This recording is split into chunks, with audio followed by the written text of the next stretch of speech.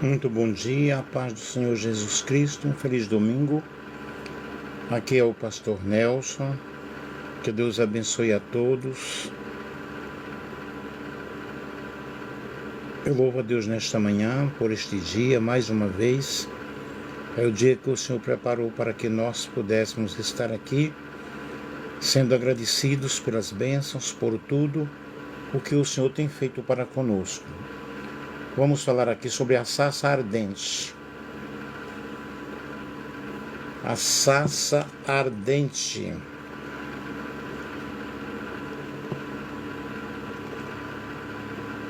Depois que Moisés fugiu para Midian, ele teve uma vida relativamente fácil. Ele se casou, teve 2 filhos, Gerson e Eliezer, Êxodo capítulo 18, versículo 3 e 4, e fazia parte da família de Jetro, seu sogro e sacerdote de Midian. Moisés passou 40 anos tranquilos como pastor, a mesma atividade que Davi, e desfrutando da presença de Deus, especialmente revelada pela natureza. No entanto, Moisés não passou todo esse tempo simplesmente sentindo o aroma das flores, ou talvez dos cachos dos cactos do deserto. Esses anos de caminhada com o Senhor o transformaram e o prepararam para a liderança. Deus também usou a Moisés naquele deserto pacato para escrever sobre inspiração divina os 2 livros mais antigos da Bíblia, Jó e Gênesis. Aí nós vemos aqui Ellen White, Patriarcas e Profetas, CPB 2022, na página 209, Comentário Adventista do 7º dia. Ao escrever esses livros, Moisés recebeu de Deus revelações especiais sobre o grande conflito, a criação, a queda, o dilúvio, os patriarcas e, mais importante da vida, o plano da salvação. Assim, ele teve um papel fundamental em transmitir à humanidade o verdadeiro conhecimento do Criador e mantenedor, e sobre o que ele faz em relação ao pecado que causou profundos danos ao planeta. A história da salvação não faz sentido sem o fundamento crucial que, sob a inspiração, Moisés comunicou, especialmente em Gênesis. Aí Moisés viu que a sarça ardente não se consumia pelo fogo. Então percebeu que estava testemunhando um milagre e que algo espetacular e importante deveria estar acontecendo ali diante dele. E o Senhor justamente apareceu a Moisés, se apresentou como o Deus de Abraão, o Deus de Isaque e o Deus de Jacó. A sarça ardente é um símbolo bíblico muito forte, presente no livro de Êxodo. Nesta passagem, Moisés, um pastor de ovelhas, encontra uma sarça que queima, mas esta sarça não era consumida pelo fogo.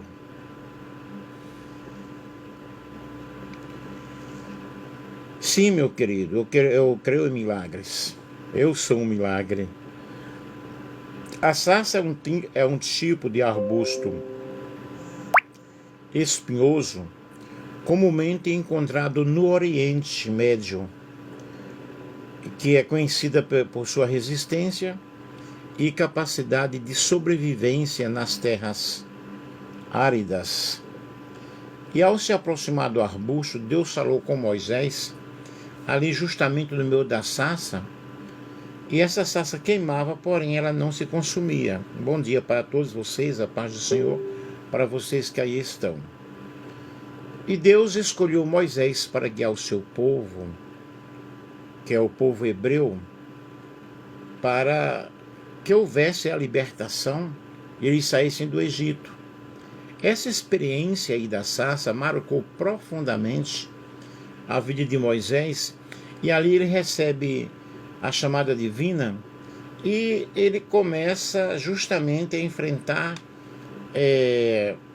a sua jornada, a enfrentar Faraó para libertar o povo da opressão egípcia, que era muito forte. A escravidão era muito forte. Eles estavam sob o jugo de Faraó. E Moisés, ele é levantado como líder para libertar o seu povo. Moisés pastoreava o rebanho do seu sogro Jetro, que era sacerdote de Midian. Um dia levou o rebanho para o outro lado do deserto e chegou a Horebe, o monte de Deus. Ali o anjo do Senhor apareceu numa chama de fogo que saía do meio de uma sarça. E viu Moisés que, embora a sarça estivesse em chamas, não era consumida pelo fogo. Que impressionante, pensou. Por que a sarça não se queima? Vou ver isso de perto. O Senhor viu que ele se aproximava para observar. E então do meio da sarça o chamou: Moisés, Moisés. Eis-me aqui, respondeu ele. Então disse Deus: não se aproxime. Tire as sandálias dos pés, pois o lugar que você está é terra santa. Disse ainda: eu sou o Deus de seu pai, o Deus de Abraão, o Deus de Isaque, o Deus de Jacó. Então Moisés cobriu o rosto, teve medo de olhar para Deus. Disse o Senhor: de fato tenho visto a opressão sobre o seu povo, sobre o meu povo no Egito. Tenho escutado seu clamor por causa de seus feitores e sei quanto eles estão sofrendo. Por isso desci para livrá-los das mãos dos egípcios, tirá-los daqui para uma terra boa e vasta, onde há leite e mel com fartura, a terra dos cananeus, dos hititas, dos amorreus, dos ferezeus, dos heveus e dos jebuseus. Pois agora o clamor dos israelitas chegou a mim, e tenho visto como os egípcios os oprimem. Vá, pois agora eu envio a Faraó para tirar do Egito o meu povo, os israelitas. Moisés, porém, respondeu a Deus: quem sou eu para apresentar-me a Faraó e tirar os israelitas do Egito?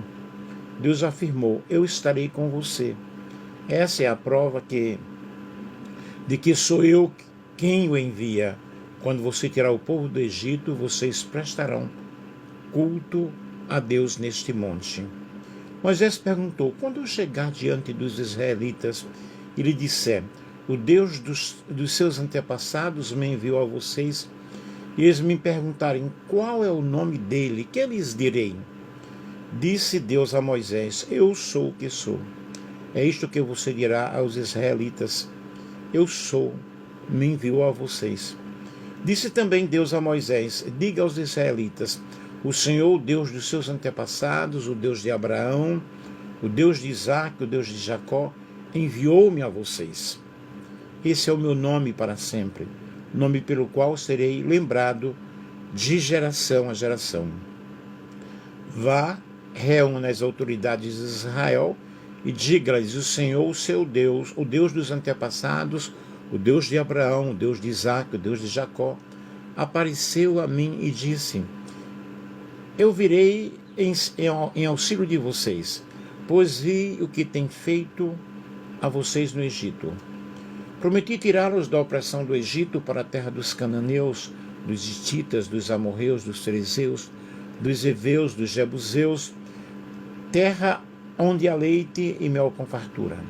As autoridades de Israel atenderão. Depois você irá com elas ao rei do Egito e lhe dirá: o Senhor, Deus dos hebreus, veio ao nosso encontro. Agora deixe-nos fazer uma caminhada de 3 dias, adentrando o deserto, para oferecermos sacrifícios ao Senhor, o nosso Deus. Eu sei que o rei do Egito não os deixará sair, a não ser que uma poderosa mão o force. Por isso estenderei a minha mão e ferirei os egípcios com todas as maravilhas que realizarei no meio deles. Depois disso, ele os deixará sair. E farei que os egípcios tenham boa vontade para com o povo, de modo que quando vocês saírem, não sairão de mãos vazias.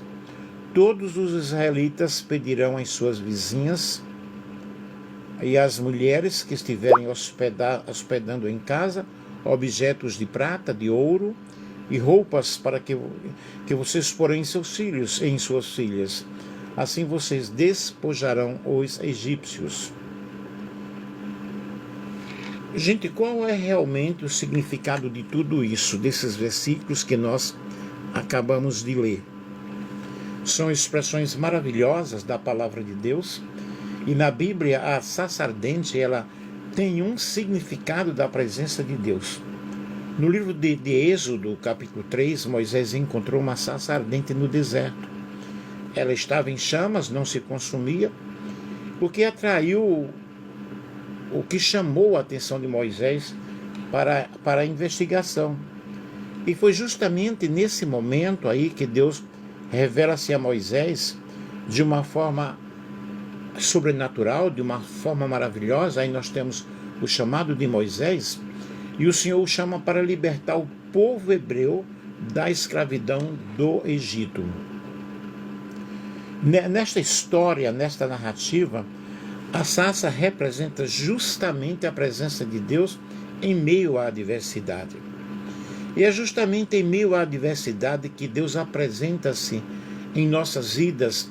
E pode faltar tudo em nossas vidas. O que não pode faltar é a presença do Senhor, a presença de Deus.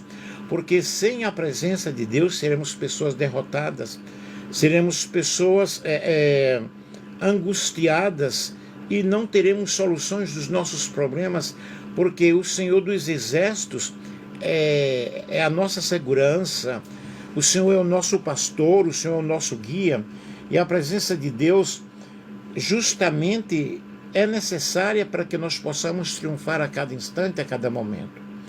Ela simboliza a santidade de Deus, representada pelo fogo que não a consome. E Moisés, ao observar esse fenômeno, ao testemunhar sobre esse fenômeno, ele é justamente confrontado com o poder e a vontade de Deus, o que o leva a reconhecer a sua fragilidade e aceitar a missão divina. Logo de início, ele recua, ele sente-se indigno, sente-se incapaz, porém Deus está ali tratando com Moisés para uma missão muito importante, para uma missão árdua, que é justamente ser o líder e libertar o povo de Israel da escravidão do Egito. Essa experiência muda justamente a vida de Moisés, e ele recebe a capacitação, ele recebe esse chamado, capacitando-o através de Deus a liderar o povo de Israel para a libertação, para serem livres da escravidão. E a sarça ardente mostrou a Moisés que, com Deus ao seu lado, o impossível torna-se possível. Quando Deus está ao nosso lado, meus queridos, nada é impossível para Deus. Quando eu creio na palavra de Deus, quando eu aceito a palavra de Deus, a Bíblia diz: se creres, verás a glória de Deus. Com Deus ao nosso lado, nós seremos mais do que vencedores. Vamos vencer as nossas guerras, vencer as nossas batalhas, e vamos compreender que através de Deus, você, eu, todos nós alcançaremos o beneplácito da sua vontade, alcançaremos a grande misericórdia do Senhor. E a misericórdia do Senhor é a causa de nós não sermos consumidos. Cada dia há uma renovação da misericórdia de Deus. Para nós, a sarça ardente é um lembrete poderoso de que Deus está presente nas situações mais adversas, nas situações mais difíceis. E nós vemos aí Deus trazendo para Moisés, e dando para Moisés uma experiência especial, uma experiência linda. E aí nós vemos o anjo do Senhor que apareceu a Moisés numa chama de fogo, no meio da sarça, que falou com ele no meio da sarça. Foi o próprio Senhor que falou com ele. Nós não precisamos nos preocupar com o fato de que o anjo do Senhor era Jesus Cristo. O mesmo anjo significa mensageiro em hebraico. Dependendo do contexto, o anjo pode ser um ser angélico, humano ou divino. E em várias partes do Antigo Testamento, nós vemos aí a manifestação do anjo do Senhor, trazendo livramento para o seu povo. E o anjo do Senhor é uma pessoa divina, uma pessoa realmente de Deus. E o anjo do Senhor não apenas falava em nome do Senhor, mas era o próprio Senhor, era o próprio mensageiro, era o próprio Cristo ali em uma teofania. E o sofrimento do povo de Deus no Egito é descrito de forma poética, é descrito de uma forma de um gemido profundo, de um grande clamor. E Deus ouviu o clamor do seu povo, Deus ouviu a preocupação do seu povo. E o Senhor chama o seu povo, antes mesmo do Sinai e da continuação ou da confirmação da aliança, que era o seu povo, ele os faria habitar, ele os faria prosperar. E Deus disse a Moisés que estava enviando a Faraó para cumprir uma tarefa específica. Moisés tinha uma missão específica, que era justamente libertar o povo de Israel do Egito, libertar o seu povo. Era uma tarefa gigantesca, era uma tarefa enorme, não era uma tarefa fácil. E diante disso, Moisés reagiu com uma pergunta: quem sou eu para ir a Faraó e tirar do Egito os filhos de Israel? E compreendendo tudo isso, compreendendo o que iria suceder, o que ia acontecer, qual seria a situação, Moisés se perguntou por que alguém como ele teria sido escolhido. E logo no início da história nós vemos aí essa indicação do caráter de Moisés, de sua humildade e do senso de indignidade para a tarefa que ele estava sendo chamado a fazer. Ele não sentia-se preparado.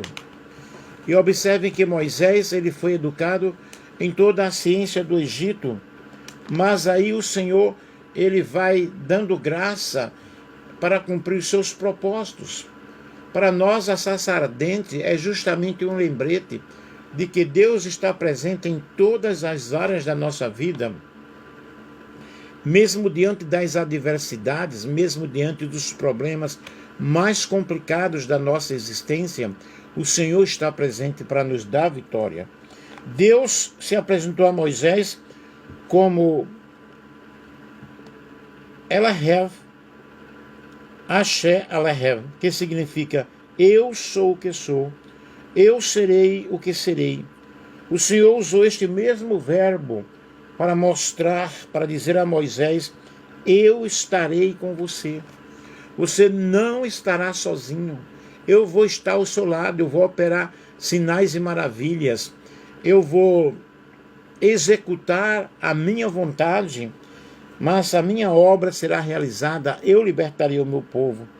O nome próprio de Deus, Yahvé, traduzido na Bíblia como Senhor, era conhecido desde o início pelos israelitas, para que eles pudessem entender as maravilhas do Senhor. Por isso, o Deus de Abraão, o Deus de Isaac e o Deus de Jacó. E Êxodo, capítulo 6, versículo 3, ajuda a entender essa questão. Disse Deus: aparecia a Abraão, a Isaac e a Jacó como Deus Todo-Poderoso, mas pelo meu nome, o Senhor, não lhe sereis conhecido. Isso não significa que os patriarcas não conhecessem Jeová, não conhecessem o nome Yahvé. O nome Yahvé aponta para o fato de que ele é um Deus pessoal de seu povo, que é o Deus da aliança eterna, é um Deus de pactos, um Deus próximo e íntimo e se envolve com as questões humanas. Um Deus que está interessado em trazer a libertação para o seu povo, Deus que está interessado em revelar-se à humanidade, em revelar-se ao seu povo.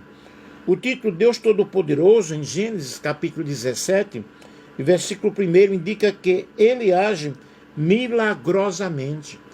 O seu poder é infinito e ele está aí agindo na história humana para que o nome dele seja glorificado, para que o nome dele seja exaltado. E conhecer ou invocar o nome do Senhor não é um mero ritual místico. Proclamar seu nome significa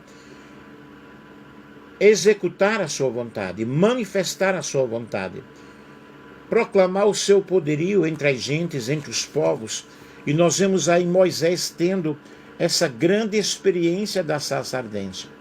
Uma experiência maravilhosa que mudaria completamente a sua vida, que mudaria completamente o seu modo de agir, o seu modo de ser, porque agora ele está diante do Deus Todo-Poderoso. Ele está diante do Deus que tem poder no céu, na terra e embaixo da terra. E a sarça ardente é justamente esta lição da presença de Deus na nossa vida. A sarça ardente é um arbusto. A palavra sarça traduz o termo hebraico senen, uma palavra que aparece apenas 2 vezes na Bíblia, ambas refletindo-se ao episódio da convocação de Moisés, do chamado de Moisés, que é Êxodo 3, 2 ao 4, e Deuteronômio capítulo 33, e o versículo 16.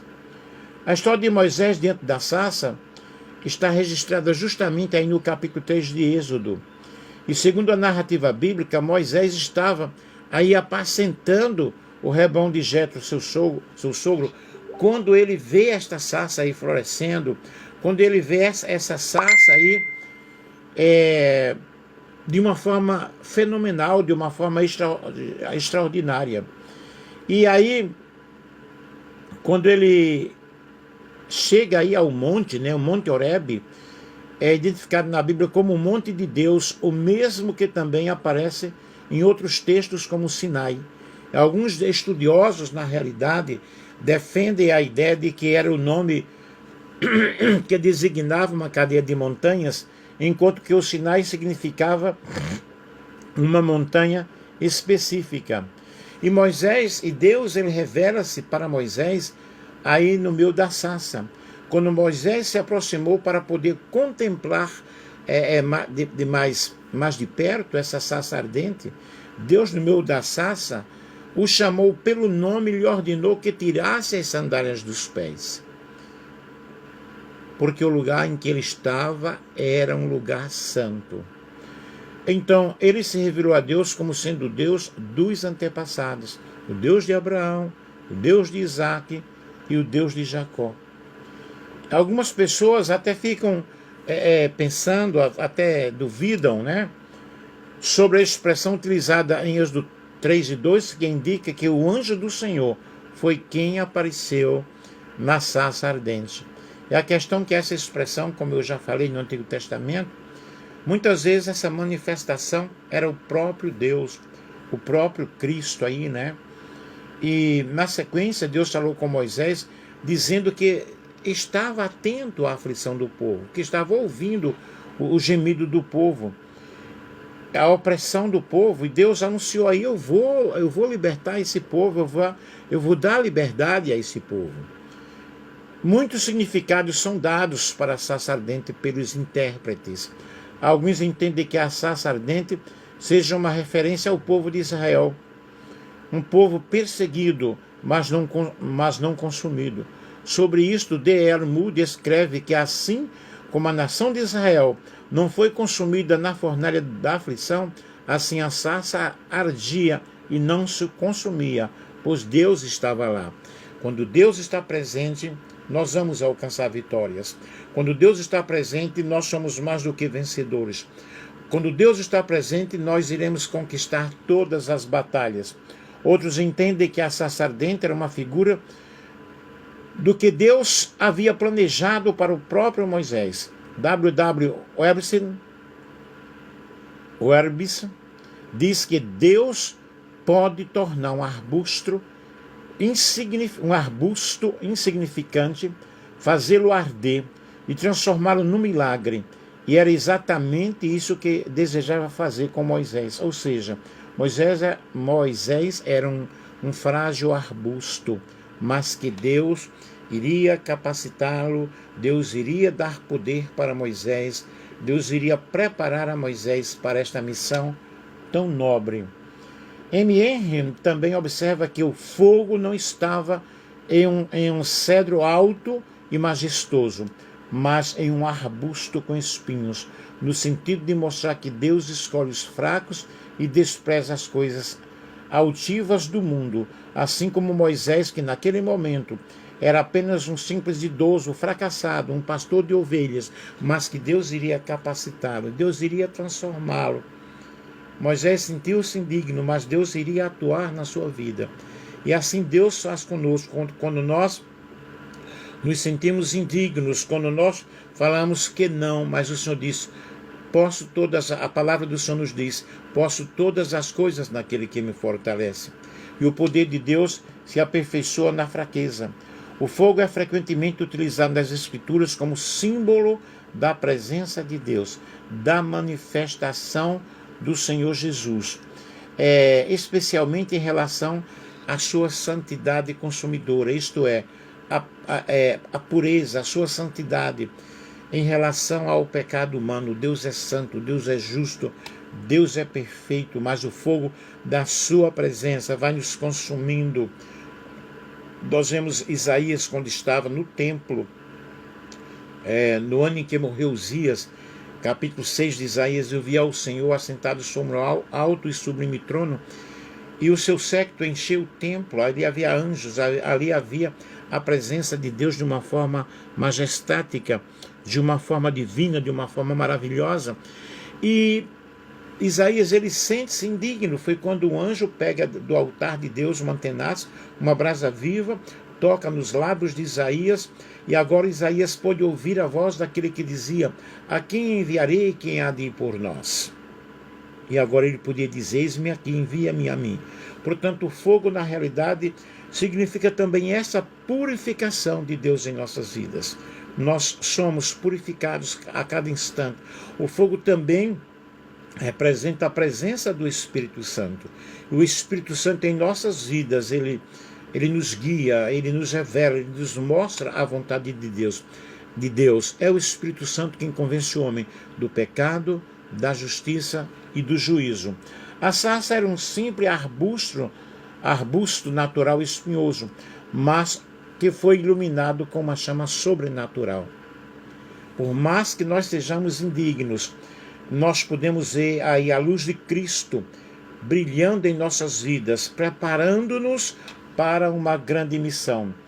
A sarça ardente foi acesa sem nenhuma ação humana e permanece acesa sem que fosse consumida, ou seja, algo cientificamente impossível, um verdadeiro milagre, um grande milagre. Que esta sarça ardente ela possa brilhar na minha vida, ela possa arder também na tua vida, para que nós possamos executar o plano que Deus traçou para todos nós. Deus tem um plano maravilhoso.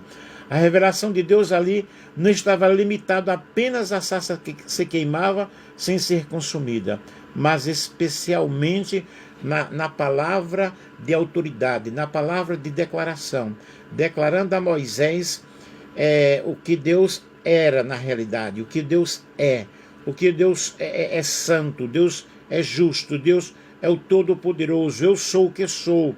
Êxodo 3,14. Saiba qual é o nome de Deus, eu sou o que sou. Portanto, queridos, o que Deus é eterno, Deus é onipotente, Deus é soberano, Deus é infinito, Deus é perdoador, Deus é perfeito, justo, santo, bom. São tantos atributos que nós podemos falar sobre Deus. E o significado da sarça aí nos aponta de uma forma especial para a autossuficiência de Deus. Ou seja, o arbusto não era consumido porque o fogo que estava ali não necessitava de combustível para queimar. Isto é, a chama que estava sobre a sarça é viva em si mesma. Deus é autossuficiente. Ele é o Todo-Poderoso para nos chamar, para nos preparar, para nos conduzir a uma vida de triunfo e a uma vida de glória. Louvado seja o nome do Senhor. E Deus deu a Moisés sinais milagrosos que ele deveria realizar diante dos anciãos de Israel. E depois diante de Faraó. Sua vara se transformaria em serpente e depois uma vara novamente. Sua mão ficaria leprosa, mas depois seria curada instantaneamente. Ambos os milagres deveriam convencer os anciãos de que Deus estava trabalhando por eles. Observe os milagres que Deus realizou, demonstrando o imenso poder de Deus, demonstrando a grandeza do Senhor. E nós vemos aí 4 desculpas mostram a relutância de Moisés em seguir o chamado de Deus, com objeções lógicas. Ele escondia sua relutância para ir. As 3 primeiras desculpas expressam perguntas. Quem sou eu? Quem és tu? E se eles não acreditarem em mim? A 4ª objeção é uma declaração. Eu nunca fui eloquente. Sempre nós apresentamos algumas desculpas para não fazermos a vontade do Senhor. Mas, então Moisés fez um último e 5º e último apelo, pedindo diretamente a Senhor, envia alguém ou algum outro que quiseres enviar.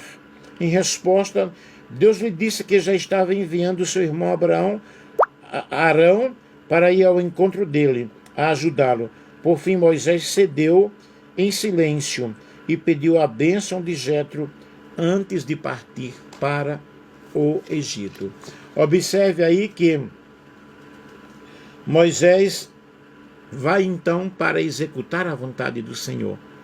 Quando o Senhor nos chama, nós temos na realidade que obedecer o seu chamado, porque o chamado de Deus é um chamado espetacular. O chamado espetacular vindo da sarça ardente provavelmente foi a experiência mais nobre, a experiência mais transformadora na vida de Moisés. Todos os outros pontos altos de sua vida dependeram de uma resposta positiva e obediente ao chamado do Senhor para conduzir o povo à terra prometida.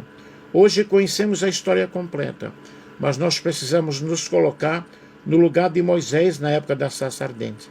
Ele havia fugido do Egito para salvar a própria vida. Depois de 40 anos, uma nova geração de hebreus havia surgido.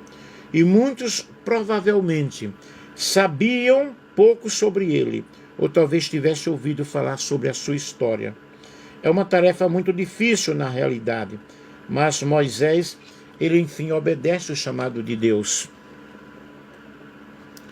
E Deus prepara aquele homem, o povo de Deus, ele é liberto, recebe a libertação e, portanto, o significado da sarça, como eu já falei, aponta justamente para a autossuficiência de Deus, preparando o seu povo, preparando a sua igreja.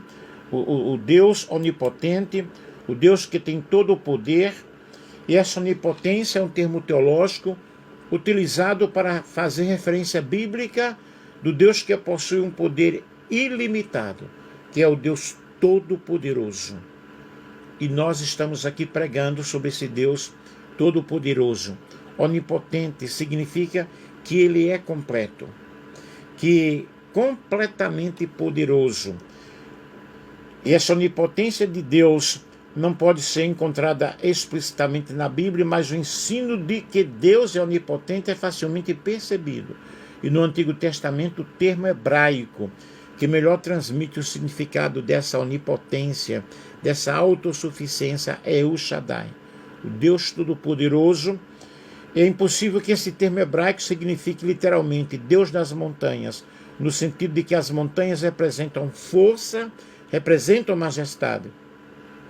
E essa palavra ela aparece originalmente em várias passagens da Bíblia, como por exemplo em Gênesis capítulo 17, versículo 1, onde o próprio Deus se apresenta a Abraão como Deus Todo-Poderoso. Quer dizer, o Deus todo-suficiente, o Deus capaz. Outra expressão bíblica utilizada refere-se a essa onipotência do Senhor, é o hebraico Yahvé, Elohim e Sebaot, que significa o Senhor dos exércitos, ou seja, o Deus dos exércitos, o Deus que tem domínio sobre todas as situações, sobre todas as coisas. E esse termo é utilizado na Septuaginta para traduzir o hebraico Yahvé, Sebaot, citado o que nós citamos aí há pouco. E a onipotência de Deus é um dos atributos incomunicáveis do Senhor.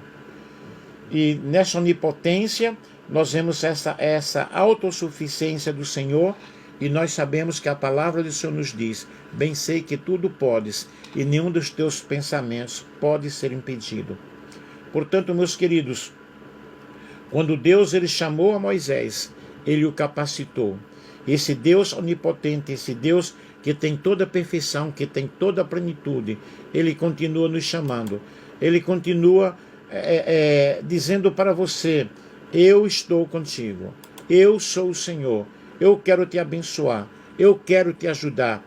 Sendo Deus onipotente, sendo Deus que tem um chamado para o seu povo, Deus continua nos chamando para que nós possamos executar a sua vontade.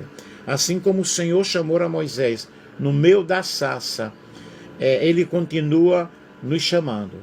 Qual é o nome de Deus? Né? O nome pessoal de Deus é Yahvé. E nós temos apenas 4 letras aí, YHWH. Os judeus da antiguidade consideravam esse nome tão sagrado que o deixaram de pronunciar. Hoje também não sabemos exatamente qual é a pronúncia correta desse nome, mas provavelmente sua vocalização seja Yahvé, transliterada para o significado português Jeová ou Javé. E nós temos vários nomes do Senhor pelos quais ele se apresenta, ok? E assim, por exemplo, o nome de Jesus é as palavras de Cristo Messias. Jesus, no hebraico, aramaico, Yeshua, e no grego, Jesus, que significa Jeová é a salvação, ou simplesmente Salvador. Cristo do grego e Messias do hebraico significam ungido, aplicados a Jesus. Esses termos, na realidade, significam que é o ungido prometido por Deus. E nós vemos aqui esses nomes, essas expressões do nome Deus, Yahvé, transliterado por Javé, significa eu sou o que sou, o que ele falou para Moisés, né? Que significa Jeová. Yah é a forma abreviada de Yahvé, e geralmente pode ser encontrada no livro dos Salmos. Além disso, essa palavra também está presente na composição do termo Hallelujah, que significa louve ao Senhor, que é o significado também da palavra aleluia. El é um termo muito antigo para referir-se a Deus, e a palavra mais comum nas línguas semíticas para se referir a uma divindade. Sua forma plural, Elim, geralmente usada esse plural para referir-se a Deus no Antigo Testamento. E aí nós vemos a junção da Trindade, Deus Pai, Deus Filho e Deus Espírito Santo. Elohim é uma palavra hebraica que significa Deus. E essa palavra em sua forma plural está em sua forma plural, mas quando aplicada com referência a Deus, o plural deve ser entendido como plenitude, como intensidade. Louvado seja o nome do Senhor. Nós temos Elá, que é a palavra aramaica utilizada para referir-se a Deus nos trechos do Antigo Testamento, que foram escritos em aramaico nos livros de Esdras e Daniel. Nós temos a palavra Adonai, uma palavra hebraica que está em sua forma plural, que denota intensidade, que significa soberano, que significa Senhor. Nós temos Theos, que é uma palavra grega utilizada pelos escritores neotestamentários, que significa digníssimo, altíssimo, digno. Nós temos a palavra upsitos, que é uma palavra grega utilizada pelos escritores do Novo Testamento, que significa digníssimo, também traduzido como altíssimo. Nós temos a palavra pantokirator, que é um termo grego utilizado no Novo Testamento para referir-se a Deus. E a Septuaginta, versão grega do Antigo Testamento, também utiliza essa palavra, esse termo, para traduzir o significado do Deus Todo-Poderoso. Kyrios, ou Kyrios, é uma palavra grega amplamente utilizada pelos escritores bíblicos do Novo Testamento, principalmente para referir-se a Jesus. E a Septuaginta utiliza muito esse termo para traduzir o hebraico Yahvé. Despotes, que é uma palavra grega utilizada tanto no Novo Testamento quanto na Septuaginta, para referir-se a Deus, que é o dono, mestre. E nós temos aí alguns nomes compostos de Deus: Yahvé, Jireh, que significa o Deus proverá; Yahvé Sabaoth, que significa o Senhor dos Exércitos; Jeová Jireh, Gênesis 22, versículo 13 e 14; Jeová Sabaoth significa Senhor dos Exércitos, Salmo 24, versículo 10; Yahvé Tsidkenu, que significa o Senhor Justiça Nossa, em Jeremias 23, versículo 5 ao versículo 6. Yahvé Nissi significa o Senhor é a minha bandeira, Êxodo capítulo 17, versículo 15. Yahvé Rafá significa o Senhor que sara, Êxodo capítulo 15, versículo 26. Yahvé Shalom, que significa o Senhor é paz, Juízes 6, 24. Yahvé Ra significa o Senhor é o meu pastor, Salmo 23, versículo 1. Yahvé Kadesh significa o Senhor que vos santifica, Êxodo capítulo 31, versículo 13. Yahvé Elion significa o Deus Altíssimo, Salmo 7, versículo 17. Yahvé Elohim Israel significa o Senhor Deus de Israel, Salmo 59, versículo 5. El Shaddai, Deus Todo-Poderoso; El Elyon, Deus Altíssimo; El Olam, Deus Eterno; El Roi, Deus que vê; El Elohe Israel, o Deus de Israel. Então nós vemos aí vários nomes de Deus, várias manifestações do nome do Senhor. Nós temos outros títulos, que é o Santo de Israel, o Deus de Israel, a Força de Israel, Ancião de Dias, Rocha, Rei, Juiz, Pastor, Primeiro e Último.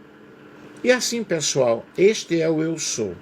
Este é o Eu Sou que foi apresentado a Moisés na sarça ardente. Eu espero que você tenha compreendido esta explicação sobre aí a sarça ardente e sobre esse chamado de Deus, que foi aí o caso de Moisés, o seu chamado. E Deus continua nos chamando, Deus continua nos convocando, que nós possamos abrir o nosso coração e que nesta manhã de domingo você possa exaltar e glorificar o nome do Deus Todo-Poderoso. Eu agradeço a Deus pela tua vida, por você ter me acompanhado aí, e que o Senhor te abençoe e te guarde. Que o Senhor resplandeça o seu rosto sobre ti. Que o Senhor tenha misericórdia de ti e te dê a paz.